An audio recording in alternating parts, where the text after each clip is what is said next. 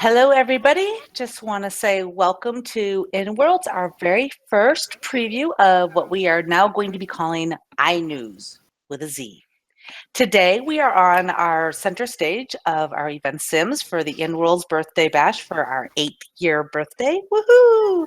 Had big old fireworks the other night that I was here for, and some dancing and some good stuff.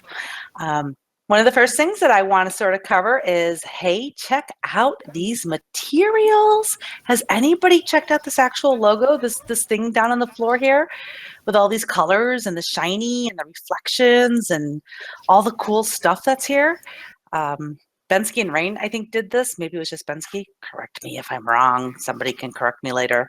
But it's really, really cool, and I love the way this whole center stage looks. And you can even see the reflections off of the statues over in the corners because we have the light on in the back. So, ooh, Moontan and Lexi and Abel and Fair. Oh, which brings up these really, really cool statues that we have around here. These were all by Ferreter. These are like some really, really, really awesome statues. Love them. So I just wanted to cover those real quick. We have a few announcements. Number one, EC asked me to remind everybody that from April 6th, 7th, and 8th, we have our WeeWoodstock going on. It's part of our InWorld's 8th birthday party continuation, and there will be sim explorations running from April 3rd through the 30th. So technically it already started, just saying, but it's running through till the end of the month. Today we have Mr. Mike Chase with us. And let me introduce my co-host, Wolf Hartnell. Say hi, guys. Hi. Hey, everybody. Yay, Hi, there Ellie, we thank go. you. You're welcome, except I don't think your voice is on in actual thing because I don't think your dot, well, maybe your dot is going. I don't know. So Wolf is going to be my co-host, and Mike's going to be our first guy, and we're going to cover a lot of things today because something that most people may not know is Mike is actually very helpful on our development team. He does a lot of little things in the back end that he probably doesn't get proper appreciation for. He's also very heavily involved with the GT Theater Group, which of course they do some really phenomenal stuff. I love watching their shows, and I'm always posting their videos up because they're just so cool. And Wolf is here because he's kind of like, you know, he's like the English side. You know, you need that dry sense of humor, and sometimes we make him sit funny in the chair too. So it's all a good thing. I'm here just for comedy value, basically.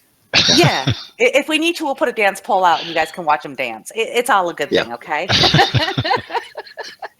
So, Mike, welcome. And, you know, somebody mentioned to me, I'm not going to say who, but you've never been interviewed by anybody.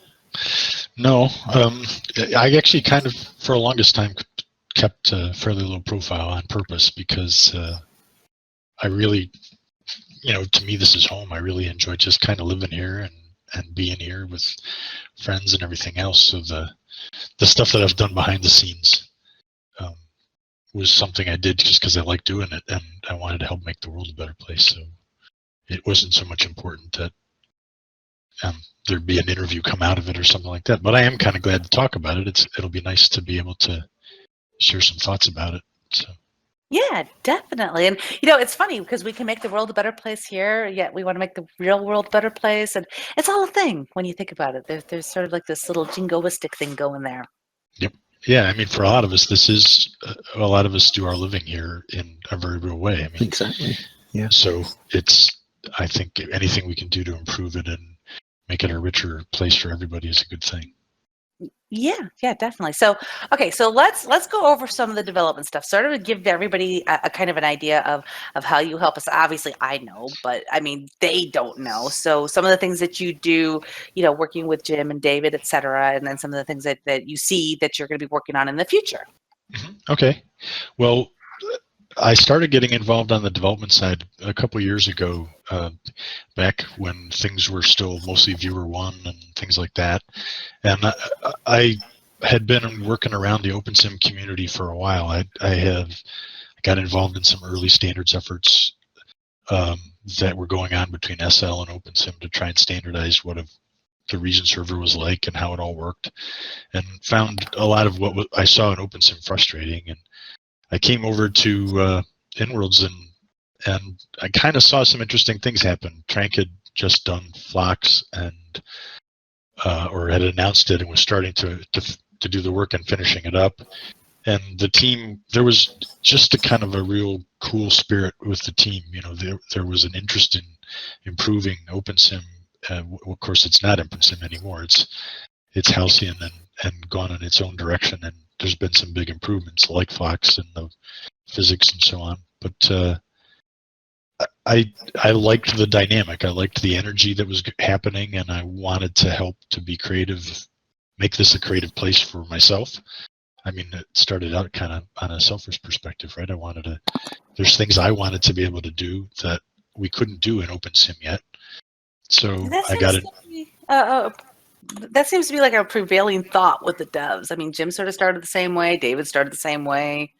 You started out the same way. A lot of the creators do as well. A lot of the creators in here have said that they started out by wanting to come in and make the things that they wanted first. It's certainly how I started scripting in here as well.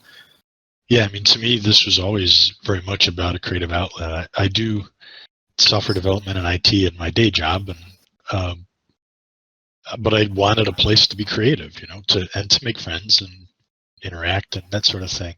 So, you know, I went looking for an alternative to SL and found InWorlds and really kind of never looked back. It was, you know, Lexi brings up a good point there. He says one of the favorite things you did was allowing multiple attachments to the same attach point. Yes. Yeah. So one of the very early things I did, as I said, when I first started, pretty much everybody used Viewer 1. And I got interested in Firestorm and the Viewer 2 stuff and the next generation where they introduced a lot of those things. And there was a kind of tendency for people to say they didn't want shinies, they wanted other things first. And there were people doing the bug fixing and that kind of stuff. So I sort of focused on shinies. And one of the very first ones I did was really making the grid Viewer 2 compatible, which includes multiple attachments and the layers and alpha layers and all that kind of stuff. So, and it sort of took off from there. I did work on MoApp, you know, media on a prim and a bunch of stuff like that. I don't think he needs a new nickname, Tam. Shiny Mikey.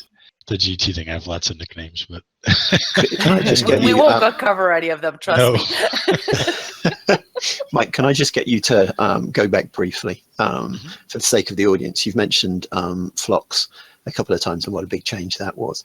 Could you just briefly explain that to the audience, because some people won't realize what that is? Yeah, sure. So the scripting engine that we all use to add behavior to the objects and stuff that we create in OpenSim, it's a fairly rudimentary implementation and still exists to this day. It hasn't changed all that much. David kind of early on, I think, or Trank made the decision that really for the grid to grow, it needed a scripting engine that was architected well from the beginning, and that was the Phlox project, and it is essentially the InWorlds scripting engine. And should I say how that came about? Sure. Okay, so when David first started here, Trank, we refer to each other as real names a lot when we're talking to one another.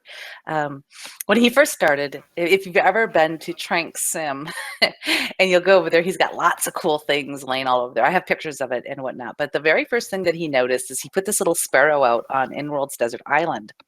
And that was the first iteration of InWorlds Desert Island. And it absolutely failed in doing all the things that it was supposed to do.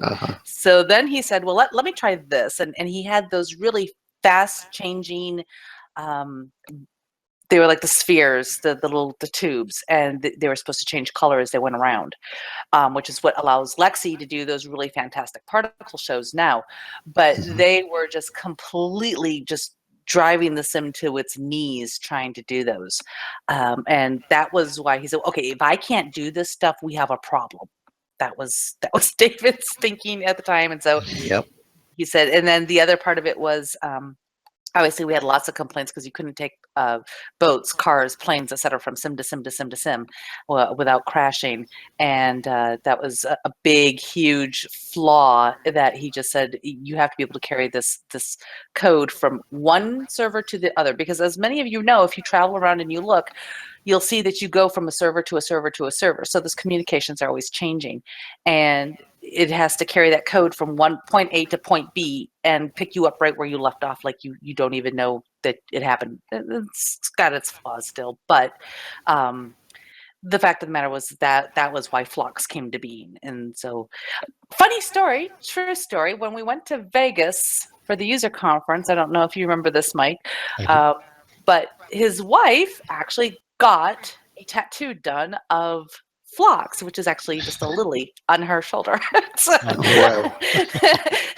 I got one tattoo, she got a different one. So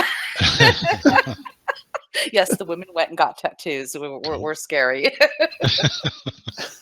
Anyways, okay, done interjecting there. So that's why Phlox came into being. Well, and the cool thing that I want to underscore is that, and again, it's part of the reason I got interested in inWorlds and helping on the development side, is that if you look at most of the other OpenSim-based grids that are out there now, they run a standard distribution. There are very few places that invest in development that actually would do a project like Phlox. The inWorlds has always understood the need for, if the environment's going to scale and be stable and reliable and all the things that we all want as residents, there has to be some investment in that technology and maintaining it. That's what drew me here, kept me here, is exactly that. Yep. So I saw that happening, and I didn't see it happening anywhere else, and still don't, honestly. Almost all the other OpenSim grids pretty much just run a standard distribution. And well, ultimately, Halcyon's come out of that. That willingness to look at what works and what doesn't, and to get down to the kind of the bare bolts of the thing and rewrite it where it needs rewriting. Exactly. Yeah. Yeah, that's kind of the cool part about having it all released as open source, because I know now that we've got Moses involved, and I know that we've picked up a few other devs who've been helping out. It's really sort of just kind of helped to catapult it a little bit further. And I know that I know that I was talking to Jim the other day, and he mentioned that there's a couple of up and coming devs who have been working on the code. So what do you see with that? Well, I think so the side effect, as you said, of open sourcing the project is that other people can get access to it easily and look in and start to find little areas where they can jump in and make changes or additions. We've had some people that people here may know, like Zauber, for instance, has done some small changes in areas that he's interested in, and there's been other developers who have decided to try and stand up Halcyon and run it at home and had good experiences, but found other areas that they just saw they'd like to see a change happen. So that's the benefit of the open source approach, is that people can get interested, they'll find areas that are personally relevant to them, and they'll be able to come back and make contributions to the project. I bet you it would surprise people if I actually told them our very, very, very first actual non-inWorlds grid, but actually using our code, was actually started about 5 years ago. Yeah. It's a church, believe it or not, peeps. They run our code for their own standard use. They're not affiliated to us. I've spoken to them and they love it. Yeah. Yeah, they do. Well, there's an example, as you said, of a developer who's they're in trying to do what they're doing. He's one of the people involved in that has come back and contributed code and made changes that they wanted to see get back into the core distribution, which we all benefit from. No, actually, it's a real church, Lexi, but they use the virtual for some of their disabled people, and for when they need to actually have meetings about the things that they're going to be doing, and everybody's kind of scattered. So it's like a virtual representation of their actual real location that they use virtually when they need to, and also for their sermons and whatnot on the weekends. So it's been going on for 5 years. It's something that we've always kept quiet just because, we didn't see a reason to toot our horn about it. Okay, so moving on from development, we're going to segue over into GT. Cool. Okay, so I popped on the other day and I wanted to see the show, but my eldest daughter, being my eldest daughter, decided, no, Mom, I'm going to come really late to your house and then I'm going to dominate your time. Anyways, children. So you guys have done some really cool things. I know at one point in time, I actually challenged you guys. Do you remember that? And you guys actually went above and beyond it. Yes, one of the shows that Ellie saw is how do you outdo this? So we've taken that. It's like dropping a challenge. We kind of take that as a challenge every show to. It was That's kind of the GT motto, isn't it? Yes, raise the bar a bit in every show. Yeah.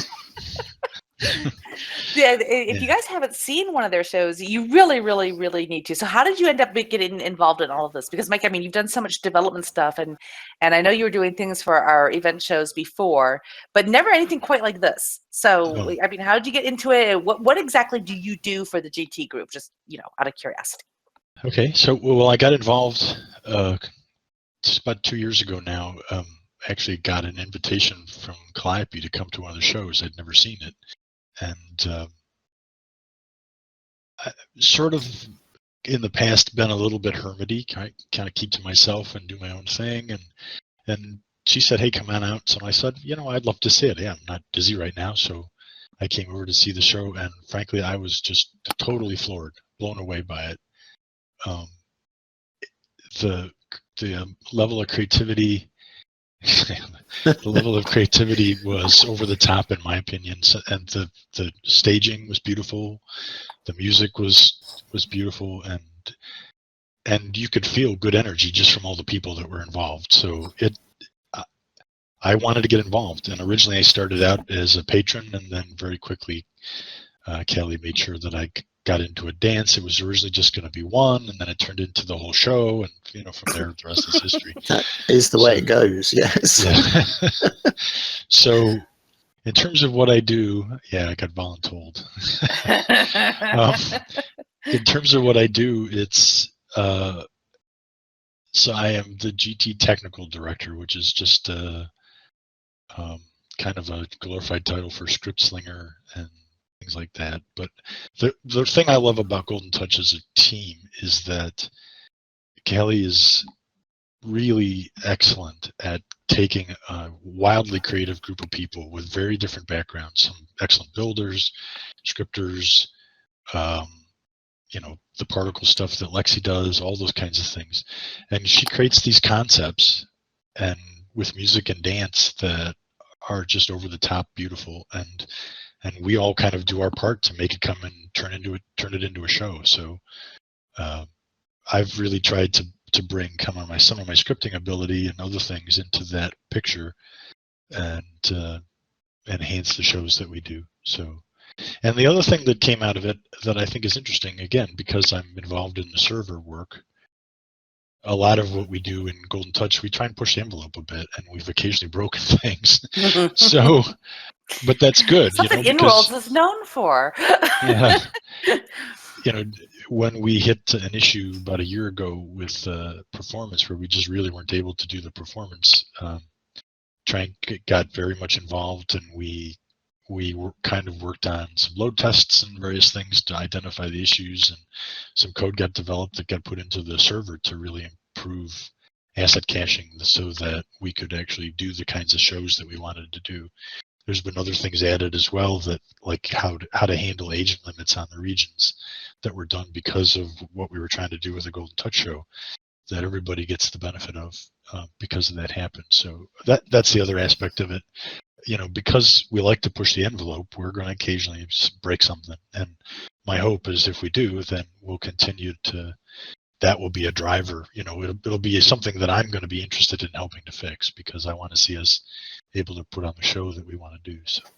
Yeah, and something that I should also mention, the GT group, when they do their shows, and I've seen the complaints and whatnot, they do close entry to the show before the show actually starts, because that way they don't, a lot of what they do, when you watch it, there's so much synchronicity that is going on. between the lights, the dancers, all the scripting and everything. It's so synchronized that it's kind of tough. So if you want to go to their shows, you need to make sure you're there early. See, it's not like this where you guys can sort of come in whenever you want. It's one of those where it can really mess with the scripting and then sort of set the timers off and whatnot. So I highly recommend seeing one of these shows because they're really, really phenomenal. I know the last one I saw, which actually I was in the one at the Christmas one, but the last one that I shot, some of it just, it really hits your feels, man. Wow, really hits the feels. And when you know the crew behind the shows and you sort of know their personal stories, kind of like I do, it can really, really get to you because you're like, wow, that's really coming from the heart. So I just wanted to sort of throw that out there because I know that I don't get to every show. I don't get to very many of them because they're always on the weekends and I have this family thing. But I just sort of wanted to highlight that. I mean, because it's really, really cool. Well, thank you. Sorry, Matt. Well, I was just going to say real quickly, I was going to say thank you on behalf of the group because that's very much what we're trying to do, is to catch people and make them emotional a little bit and move them. So it means a lot to hear that. Oh, it does. It really does. Okay, so Lexi just asked me a question. We're going to transition again. Lexi just asked me a question about my little green troll. Look, I'm holding them up. I actually have 4 of these little trolls, just FYI, and I try to keep them color coordinated. Smee made these for me because I was a little frazzled one day. And so this is my anti-troll protection. And I carry it around with me all the time. It's kind of like the fact that I don't ever wear shoes. If you notice, I have no shoes on. And I have my little troll. Now, if only Smee would make me a rainbow colored one to go with all my outfits, I would be, oh, Tamara, I'm sorry, you can beat me later. It was Tamara, red and black. Can I please have rainbow colored ones? Just asking. So I get you two confused all the time. There's Tamara and there's Tamara. I mean, there's Isme, there's red and black. Rainbow colored hair would be perfect. Just say, whisper in the ear. So yes, it's my anti-troll protection. And when life really sort of gets to me in the grid, when I've got a lot of note cards, then yeah, I hug my little troll to my bosom and I say, it's gonna be okay. So that's what the troll is. All right, so in wrapping up, I'm going to cover a couple of little things. This is not our permanent set. This was one of those ones that we wanted to do. We wanted to roll it out, and we wanted to do it as part of the iNewz's 8th birthday bash. So next month, now we're going to do this the first Wednesday of every month. So mark your calendars. Number 1, there's no holidays usually that fall on a Wednesday. And number 2, the first Wednesday of the month is really kind of an oddball day. So we'll be doing this. We're going to keep them about 25 to 30 minutes long because we feel that's the best amount of time that will go. If we see a lot of interest, we might bump it up to every 2 weeks. But for right now, we're going to run it every month. Some of the things that I really, really liked about this set and that I'd like to sort of throw out there is we have these lovely end tables. And I think it'd be really, really cool if you had something that you want to see. We'd like to sort of change up the set every time. So if you want to donate a piece, we will definitely mention you and where it came from. For example, I mentioned Fair's lovely statues here. And this beautiful lamp is from Leanna Cairndow. The end tables are actually from Eagle Wolf, and the coffee table is from, oh, look at this, I'm looking at this, also from Eagle Wolf. Ooh, match set, must be a thing. I bet you the chairs are by Eagle Wolf too. Let me look. Oh, they're Leanna. Gotta love Leanna. Let's see here. Do I have everybody? Here's Leanna for the end table between Mike and I. I really do like this other end table at the end next to Wolf here. That's Eagle Wolf. Yeah, I'm starting to feel like I should, tell everybody who I'm wearing. It's getting that kind of a... No, I'm not going to. I just said I kind of feel like I should. I'm wearing really, really old stuff, to be honest. I mean, I got this stuff like at the very, very start.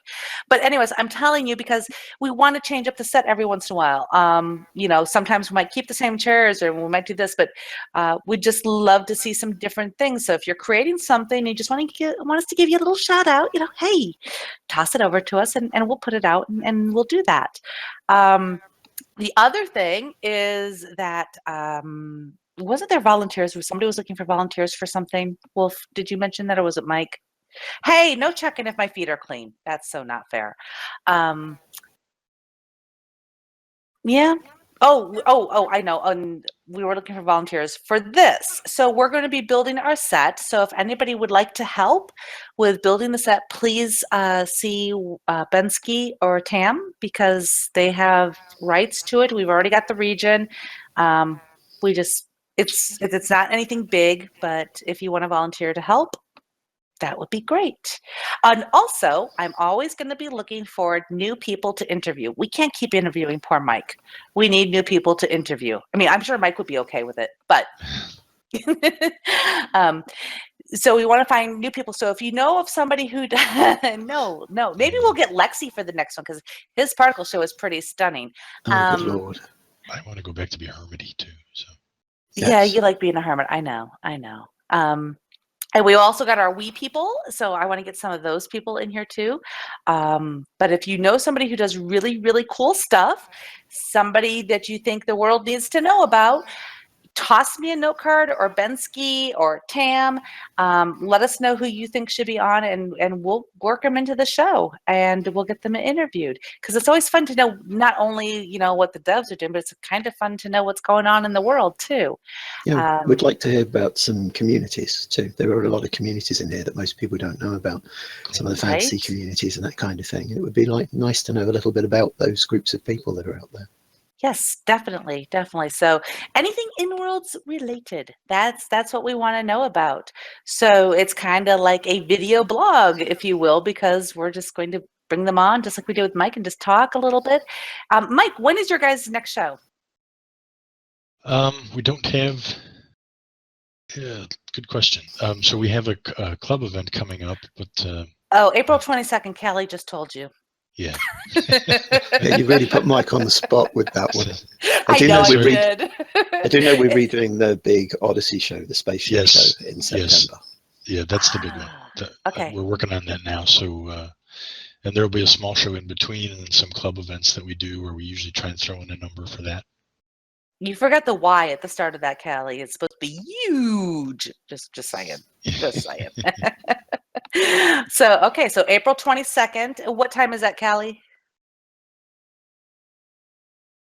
1 to 3 in World's time. So April 22nd. Everybody mark that on your calendars.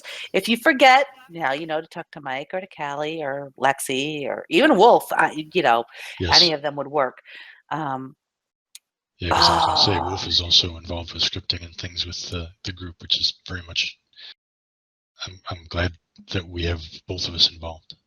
Awesome. Yeah. So do we have a dance pool for Wolfie? I'm just teasing. Really. Teal would probably throw things at me if I had. My legs have just suddenly inexplicably stopped working, which is suddenly. Yeah. Okay. Sure. You keep that up. All right. So I think is there any real quick questions? We got about 2 minutes, and if there's a question that we can answer that sort of pertains to the show, I'll happily take it. So any questions from anybody?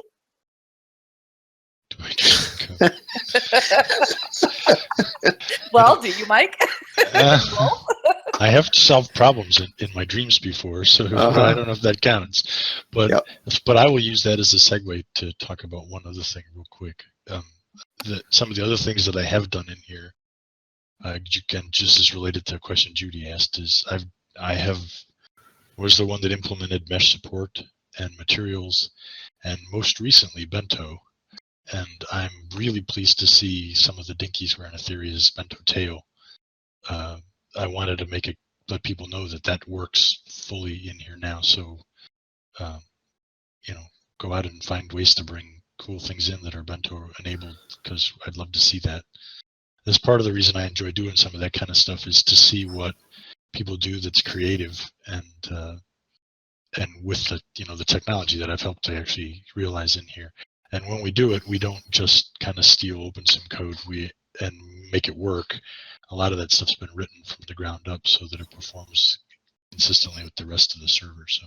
And Lexi pointed out that you did the ribbons and the blending and the glow on the server side, right? Yeah, right. I did ribbon particles and a bunch of other things. That was all related to the Vera 2 support I did early on. Mm-hmm. So that is absolutely awesome. And look at all the lovely information we got out there. So there's a lot of things that we do have it in Worlds, and I'm going to once again highlight this beautiful material floor because, Yes. dude, I just love that. I know I'm biased. I'm sorry. And no, That's Lexi, very I'm cool. not asking them that. Forget No, it. We told you we No won't answer. answer that, Lexi. Do you So see what will let's- happen if you interview Lexi? I highly recommend you don't.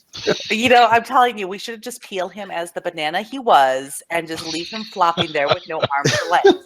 It would work so much probably enjoy better. it. This is true. He probably would. So let's wrap it for today. Mike, it was great having you on. I Yeah, love thanks, having Mike.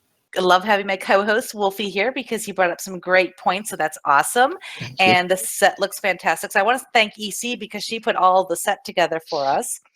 I really, really want to thank the participation of all the audience members. Thanks, guys, for coming and making this a fun show for us. I want to thank the entire events committee for putting on this beautiful, beautiful birthday that they did. You guys did phenomenal. And Yes. I hope Bensky edits in. This cathedral is absolutely gorgeous. The lighting It is really is. fantastic. The entrance Yeah. coming in here is just, it's phenomenal.